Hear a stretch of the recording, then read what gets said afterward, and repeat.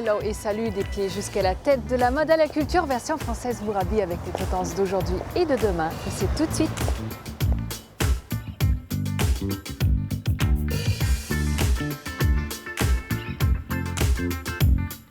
Papier imprimé, doré et surtout pressé, Laurent Nog dompte ce matériau plus costaud qu'il n'y paraît. Attention, aux formes et aux couleurs, l'harmonie et la praticité sont les mots d'ordre d'Inga Sampé. Bienvenue chez elle. À petits sauts ou à coups de grands pas chassés, aujourd'hui on traverse Paris en dansant. Repérage pour les amateurs des ballets. À l'heure du goûter, c'est cookies pour tous et ce grâce à Claire et Julie. Des jolis palais chocolatés qui donnent l'eau à la bouche. Bon pour la tête, beau pour les yeux, le tout en version 100% française, c'est Point de Vue.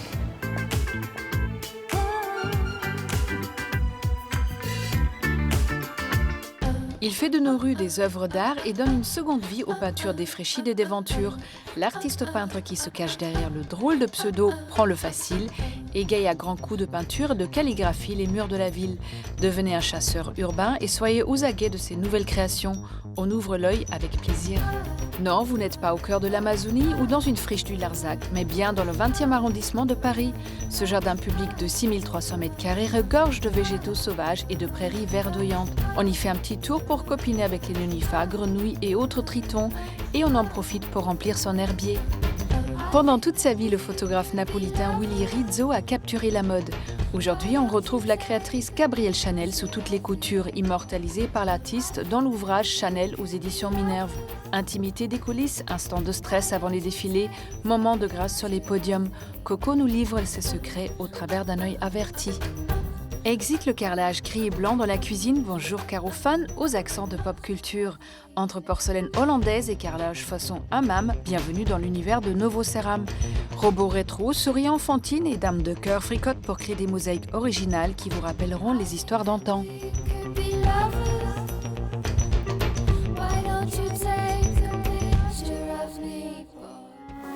Envolé vers le pays de Laurent Nog, ici le papier n'a plus de secret, pas d'origami au programme, mais des impressions qui défient la loi de la 3D.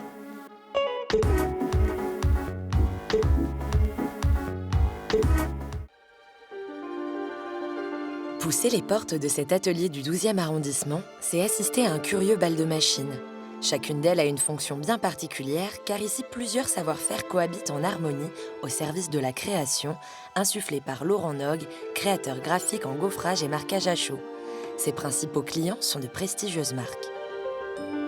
Le gaufrage étant la technique qui permet de déformer, de mettre en relief principalement sur papier, et la technique de marquage à chaud étant la technique d'impression des effets métalliques avec un véritable dépôt d'une feuille métallique.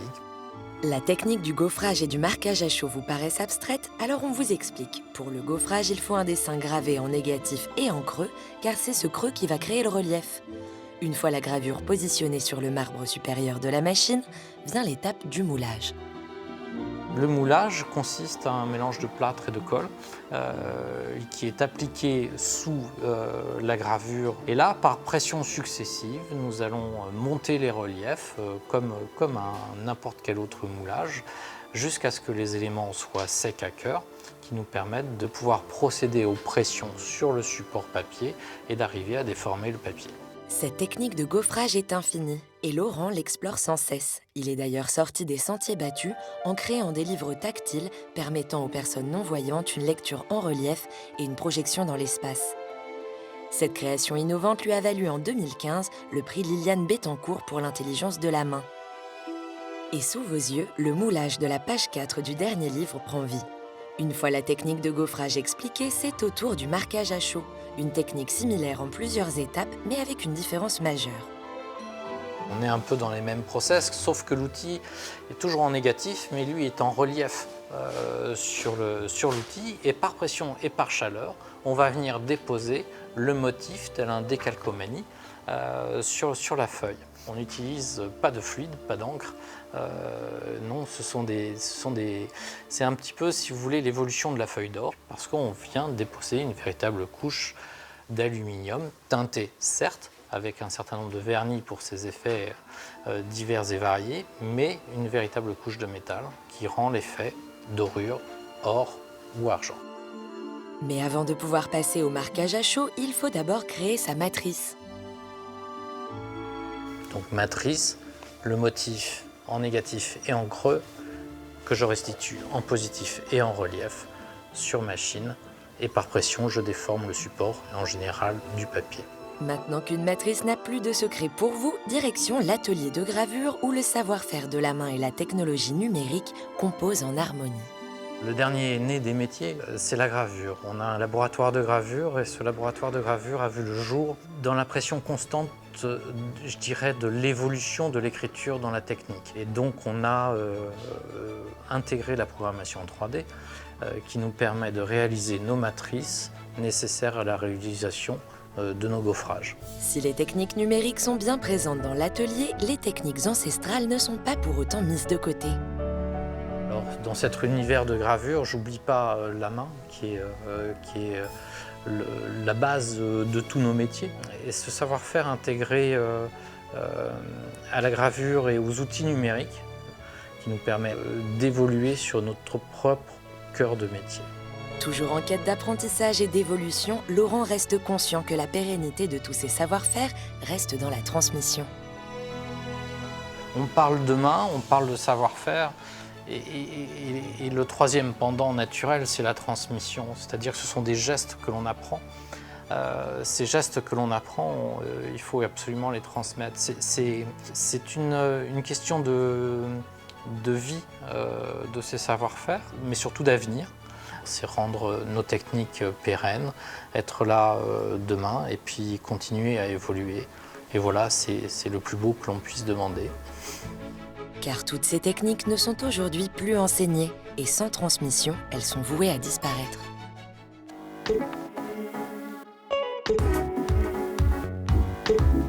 Lampe à clip, fauteuil cocooning, rangement plissé, ici technique et originalité se côtoient au service du design. On dit merci Inga.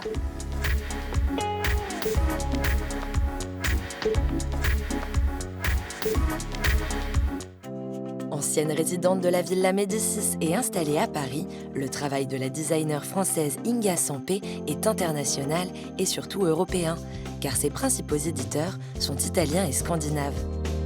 Ses créations sont simples mais pas simplistes et s'intègrent dans notre quotidien, car le quotidien d'Inga, c'est d'imaginer des objets de la vie de tous les jours, attractifs tout en restant utiles. J'aime vraiment la vie quotidienne, j'adore le lundi matin, ce genre de choses. J'aime bien tout ce qui fait, tout ce qui entoure une vie plutôt normale. Je ne suis pas du tout attirée par l'exceptionnel, le monumental. J'aime les petits objets qu'on manipule, le mobilier. J'adore les meubles pliants, par exemple. C'est pour ça que j'allais énormément aux puces quand j'étais adolescente, parce qu'on y voit les réminiscences d'une vie quotidienne normale, d'une normalité qui a disparu et qui nous paraît parfois un peu extraordinaire ou absurde, mais qui était une normalité très quotidienne. C'est cette volonté de valoriser les objets usuels et cette singularité qui a attiré Michel Rosé, avec qui Inga collabore depuis une dizaine d'années. Ensemble, ils ont créé toute une ligne de mobilier et notamment ce canapé ruché, devenu un best-seller. Inga, pour moi, c'est une rencontre très importante. Le fait qu'elle ne soit pas conventionnelle, que sa personnalité soit parfois même disruptive, mais qui permet justement des créations, je dirais, facilement identifiables, parce que pas connues du tout. Vous l'aurez compris, Inga adore tout ce qui touche à la vie courante et tous les objets l'attirent. Son grand rêve serait de confectionner des objets de quincaillerie, des vis ou une brouette. Mais en attendant, ce qu'elle adore imaginer, ce sont les lampes. J'adore faire des lampes parce qu'au sein de cette catégorie, contrairement au canapé par exemple, où on reste toujours dans les mêmes dimensionnements puisqu'on est lié au corps, avec les lampes on peut passer de tout petits objets à des objets monumentaux, ce qui fait qu'on reste dans une même typologie avec cette dimension étonnante qu'est la lumière. Il faut avoir un objet qui soit bien éteint et allumé, que la lumière elle-même soit bien agréable. C'est ce que j'adore à faire les lampes. Un design pour tous, mais également pour les champions, comme avec cette médaille imaginée pour le dernier marathon de Paris. C'est un projet totalement à l'écart de ce que je fais d'habitude, c'est ça que j'adore. Et puis après, comme hier j'étais à l'arrivée du marathon, c'était drôle de voir tous ces gens qui qui portait cet objet. Bon, il ne l'avait pas forcément choisi, il aurait peut-être voulu une autre médaille, mais d'avoir autant d'objets qu'on a dessinés qui soient autant concentrés autour de l'Arc de Triomphe.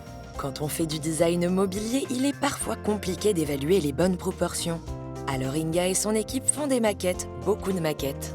Elles sont moches, mais elles nous aident. Ça aide vraiment à voir les volumes, ça aide à sortir de l'ordinateur où les proportions ont l'air bien, et puis on se rend compte qu'en vrai, ça ne va pas. Donc on fait beaucoup de maquettes en papier. Quand c'est des canapés, on fait des petites maquettes en tissu. Avant, je les rembourrais avec du couscous pour donner du gonflant, enfin du moelleux. Après, ils étaient mangés par les vers au bout de quelques années. Donc après, je les mettais au congélateur. Ça tuait les vers et on pouvait garder les maquettes. Des maquettes en carton pour les gros objets et des impressions en 3D pour les plus petits qui nécessitent une grande précision. C'est vraiment pour des détails techniques, je pense. Pour voir si un arrondi était bien, était agréable. Parce que même si ça a l'air arrondi sur l'écran, ça l'est peut-être pas forcément suffisamment pour que ça soit agréable quand on le manipule. Mais parfois, et malgré les maquettes, les prototypes ne sont pas toujours comme Inga les avait imaginés. Ça peut être très choquant de voir un prototype. Parce que c'est vrai qu'on peut l'avoir vu en 3D, un petit peu comme les gens que vous n'avez pas vus depuis longtemps et vous les trouvez un peu changés. Vous ne savez pas si c'est parce qu'ils n'ont plus de lunettes ou qu'ils ont coupé leur moustache. Enfin, il y a quelque chose qui ne va pas, qui n'est pas exactement comme dans votre souvenir. Et c'est très difficile de mettre le mot sur les choses qui ne vont pas précisément. On voit qu'il y a un truc qui ne va pas. Il faut trouver ce qui ne va pas et c'est pas facile. Enfin, moi, j'ai du mal.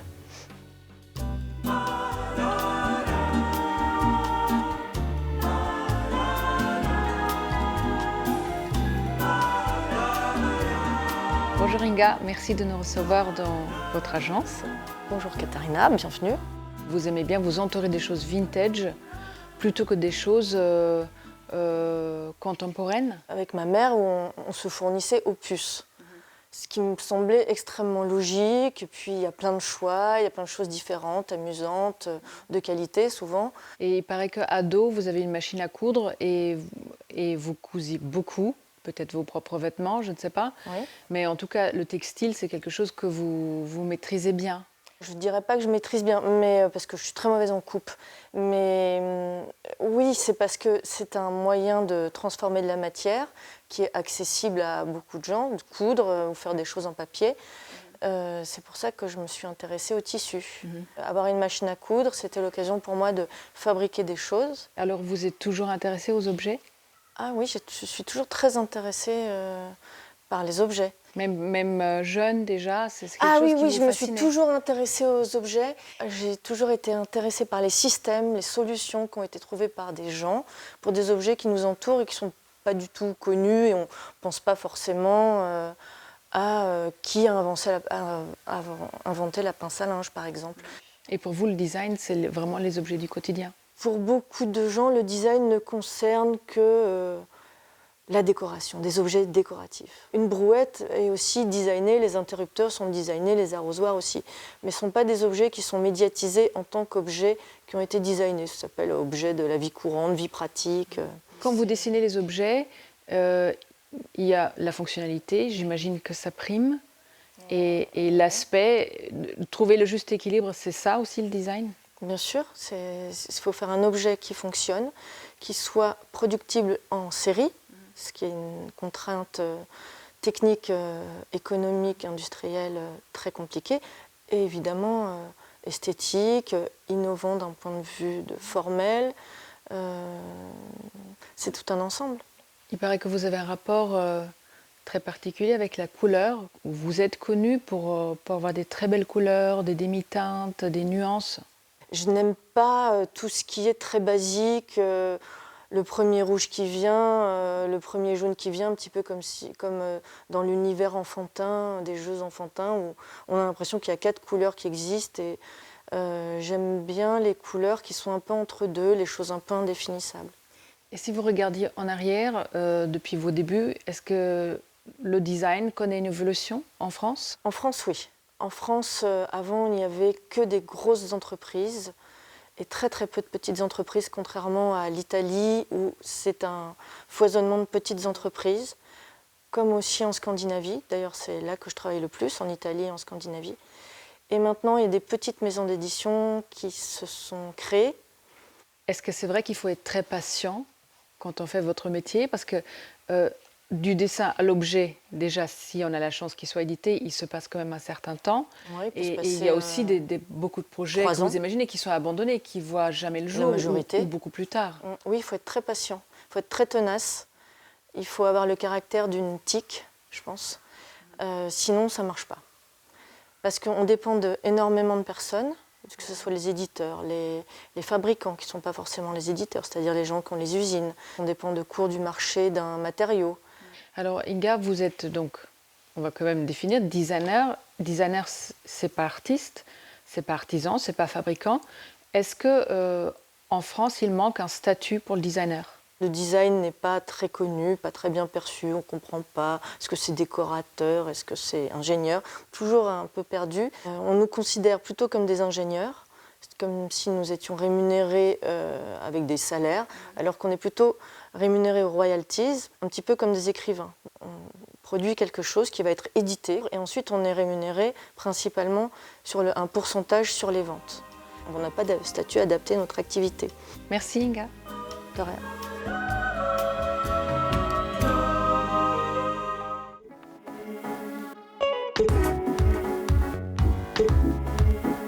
Avis aux petits rats, nous vous emmenons dans une promenade dansante au cœur de la capitale. Revisez vos positions et échauffez-vous, ça va décoiffer.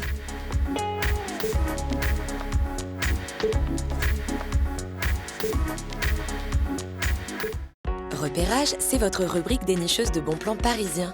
Cette semaine encore, on a marché, couru, rampé, arpenté, cheminé, exploré un Paris qui virevolte. Un Paris sous le signe de la danse. Les Parisiens auraient presque le droit d'être un peu snobs. Après tout, dans la capitale, les étoiles ne brillent pas que dans le ciel. Les plus chanceux peuvent voir des stars de la danse illuminer la scène du prestigieux Palais Garnier. Marie-Claude Pietragala, Aurélie Dupont ou encore Marie-Agnès Gillot ont foulé ces planches.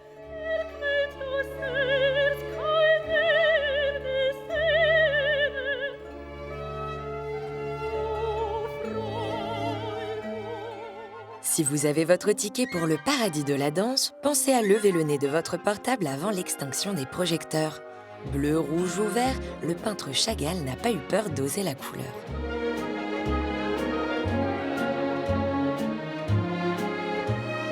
En sortant, offrez-vous une descente du grand escalier, Cannes à la sauce opéra. Ah, attendez, ne partez pas trop vite. Les coulisses sont interdites au public, mais pour vous consoler, nous avons décidé de vous proposer une petite virée dans les ateliers de costumes de l'opéra.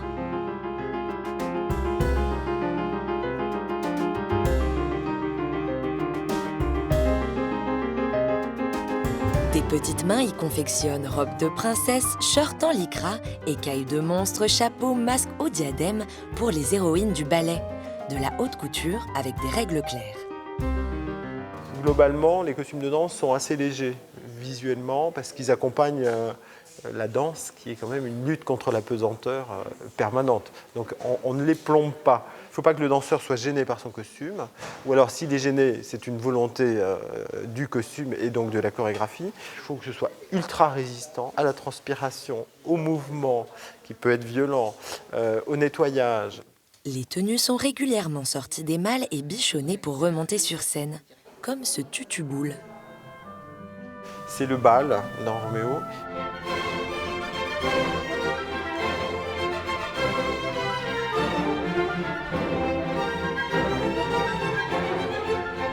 Ni vu ni connu, le costume semble flambant neuf.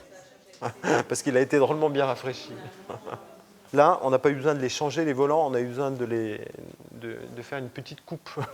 Après, il a fallu faire une chose importante, c'est changer le point d'esprit, le tissu qui recouvre le lamé. Si vous avez pris vos places pour le prochain Lac des Cygnes, vous y verrez ces tutus blancs. Le tutu, c'est la pièce maîtresse du ballet classique, avec ses 11 volants, très techniques à réaliser. Dans un premier temps, on a une grosse boule de tulle et pour arriver à ce résultat comme ça, plat, ils sont bagués. C'est tous ces petits points au cordonnet qui sont faits à la main parce que ça, on ne peut pas les faire à la machine. Tutu par-ci, tutu par-là, certains couturiers en ont un peu ras-le-volant et aimeraient bien que l'on parle plutôt de leur talent à dénicher des tissus rares. Et grâce à eux, un balai se forme en bouquet de fleurs à partir de maquettes excentriques. Allez, il est temps d'aller prendre un peu l'air. À quelques sauts de biche de l'opéra, vous pouvez vous glisser un instant dans la peau d'un danseur en enfilant une paire de ballerines. Rose Repetto a fabriqué ses premiers chaussons pour son fils, le danseur Roland Petit. Le minuscule atelier d'origine est devenu une boutique réputée. Le chic à la française en satin rose ou couleur melon et même en vernis rouge, la version créée spécialement pour Brigitte Bardot. Amateurs de danse, à vos pointes, dansez!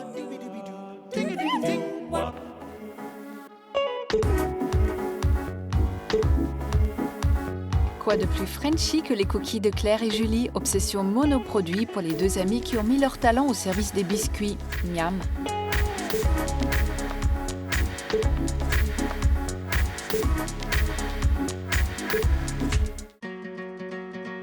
Allez voir façonner leurs biscuits, Claire et Julie semblent faire partie du monde de la pâtisserie depuis un long moment. Cookies aux innombrables saveurs, muffins aux framboises ou encore moelleux au chocolat, une fée gourmande s'est sûrement penchée sur leur berceau. Pourtant, il y a encore quelques mois, leur vie était loin des fourneaux. J'étais journaliste pour des boîtes de production. J'ai travaillé pendant plusieurs années en pilotage budgétaire. Des écrans et des chiffres qui ne passionnaient plus vraiment Claire. Quand j'ai arrêté de travailler, c'était vraiment un burn-out. J'ai craqué. L'avantage de craquer, c'est que justement, ça force à se poser les bonnes questions et à écouter les vraies réponses. Et donc là, ça m'a forcé à me dire, mais en fait, j'ai vraiment envie de faire de la cuisine. Je ne sais pas pourquoi, je ne sais pas qu'est-ce que je veux en faire exactement, mais là, tout de suite, j'ai envie d'en faire. De son côté, Julie a toujours aimé la pâtisserie. Après quelques cours de loisirs, un de ses profs lui propose de passer le diplôme. Et sans trop savoir pourquoi, elle accepte. En fait, au début, je me suis dit, je vais passer le CAP, en tout cas. Je vais essayer de passer le CAP, je vais suivre cette formation. Mais je n'avais pas prévu d'arrêter le journalisme et de changer de vie comme ça du jour au lendemain. Sauf qu'au bout de plusieurs cours, en fait, ça m'est apparu un petit peu comme une évidence. Et je me suis dit, non mais en fait, c'est ça que je veux faire. C'est durant leur CAP que les deux apprenties pâtissières se croisent. En cours d'année, Claire rencontre une gérante de boutique de cookies qui veut vendre son affaire. Mais la jeune fille tient à passer son diplôme et décline une première fois la proposition avant que son destin ne la rattrape. Au tout début de l'été, je venais de passer mes examens et je n'avais pas encore les résultats. Elle m'a recontactée en me disant que son projet de vendre avait pris du retard. Pour pouvoir accepter cette opportunité-là, c'était je ne voulais pas le faire seule. Je voulais absolument m'associer. J'étais en vacances en Corse et j'ai reçu un appel de Claire. Et puis j'étais au fin fond du maquis, ça captait pas. Donc je me suis dit, bon, je la rappellerai plus tard, ça ne doit pas être urgent. J'ai fini par, par écouter ce qu'elle m'avait laissé comme message. Je lui ai dit, laisse-moi tranquille, je suis en vacances. Et puis, t'es complètement folle, jamais on pourra acheter quelque chose en plein Paris. Mais heureusement, Julie partage ce petit grain de folie avec Claire et les deux rêveuses se lancent dans l'aventure. Juste derrière le comptoir, elle crée des produits de manière entièrement artisanale. À titre personnel, c'est le mot, je pense, qui veut tout dire en fait, dans ma reconversion.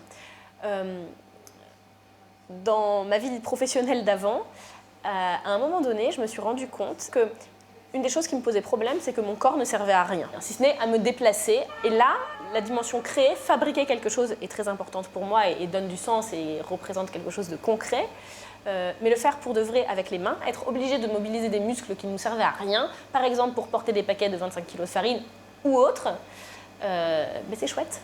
Le cookie reste le produit star de la boutique, mais Claire et Julie développent toute une gamme de biscuits. Le brookie, mélange de brownie et de cookies, ou encore des macarons à l'ancienne sans gluten, autant de gourmandises qui séduisent les becs sucrés.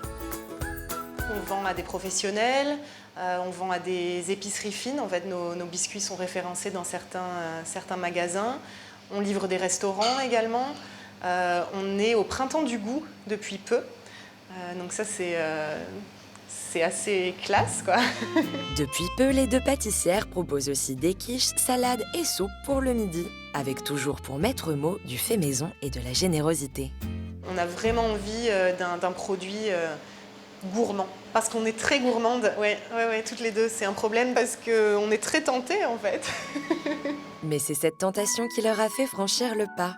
Un peu de courage, une dose d'ambition et beaucoup de passion, c'est certainement la meilleure recette pour démarrer une nouvelle aventure.